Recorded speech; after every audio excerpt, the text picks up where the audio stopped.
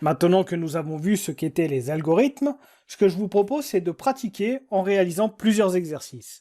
Voici le premier. Donc vous devez encore une fois déplacer Milo jusqu'au drapeau d'arrivée, et pour cela vous ne disposez que de 3 instructions. La première qui est avancer, donc qui permet à Milo d'aller en face de lui.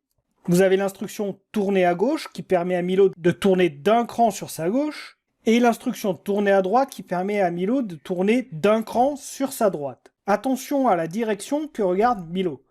Je vous propose de mettre sur pause la vidéo et de prendre le temps de la réflexion pour essayer de réaliser ce premier exercice.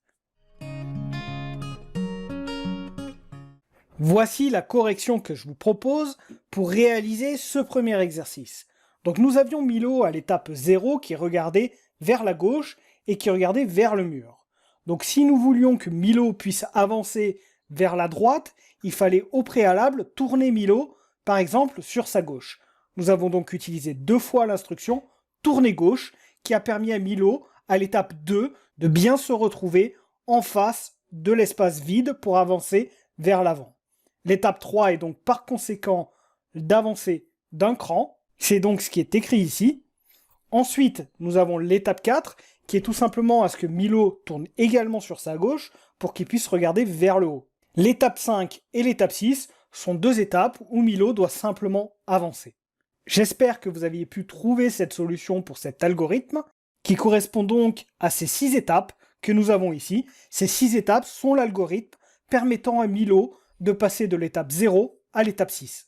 Il y avait également une deuxième solution, et peut-être que vous n'avez pas fait en sorte que Milo tourne sur sa gauche, mais qu'il tourne sur sa droite.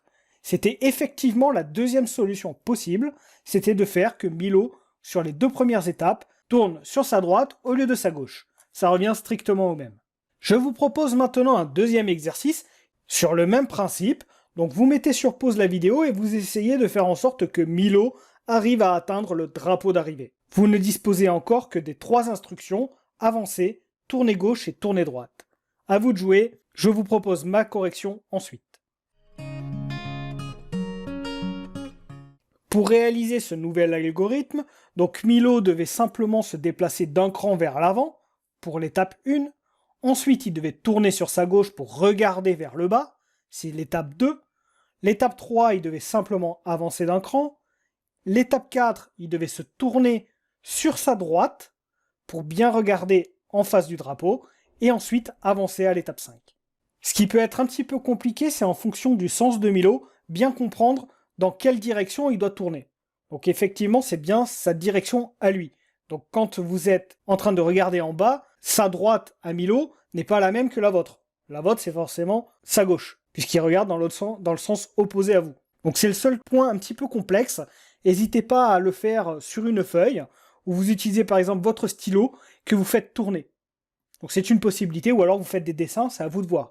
Mais il faut bien faire attention à ça, c'est les directions du personnage. Je vous propose un 3e exercice, et cette fois-ci, vous devez simplement vérifier si l'algorithme qui est décrit sur la gauche permet à Milo d'atteindre le drapeau d'arrivée ou non. Et donc, essayez de trouver s'il y a une erreur, et le cas échéant, la corriger. Mettez sur pause la vidéo et essayez de réaliser ce nouvel exercice.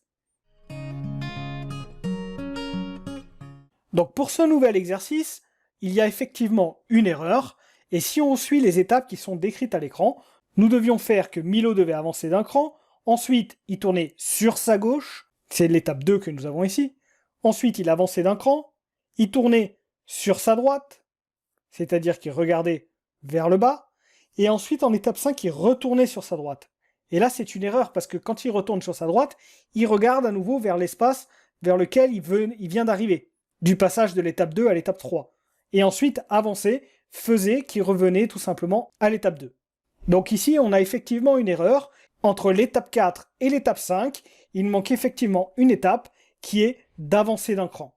Donc ici, il faut simplement rajouter une nouvelle étape, c'est-à-dire l'étape 5 où on a rajouté le fait d'avancer. Et enfin, avec cette correction, Milo peut arriver au drapeau final. L'étape 4 est exactement le même principe, je vous demande de vérifier si l'algorithme qui est proposé permet à Milo d'atteindre le drapeau d'arrivée. Vous pouvez mettre sur pause la vidéo et essayer de réaliser cet exercice. Cet algorithme ne présente pas d'erreur, puisqu'il permet effectivement à Milo d'atteindre le drapeau d'arrivée. C'est pas forcément la version la plus optimale pour que Milo puisse arriver au drapeau, mais celle-ci fonctionne, puisque effectivement, quand vous suivez chacune des étapes, Milo arrive bien à atteindre le drapeau sans jamais taper le mur. Ce qui me permet d'ailleurs de vous énoncer un principe assez important de l'informatique, c'est qu'il y a effectivement plusieurs moyens d'arriver à un résultat donné. Il faudra parfois essayer d'optimiser, trouver la meilleure manière d'arriver à un résultat, mais en soi, la solution qui est proposée ici à l'écran est une solution viable, qui n'occasionne pas de problème et qui permet de réaliser un algorithme complet permettant à Milo d'atteindre le drapeau d'arrivée. Dans la prochaine vidéo, nous allons récapituler ce que nous venons de voir dans cette introduction et nous verrons les premiers éléments de syntaxe du pseudocode.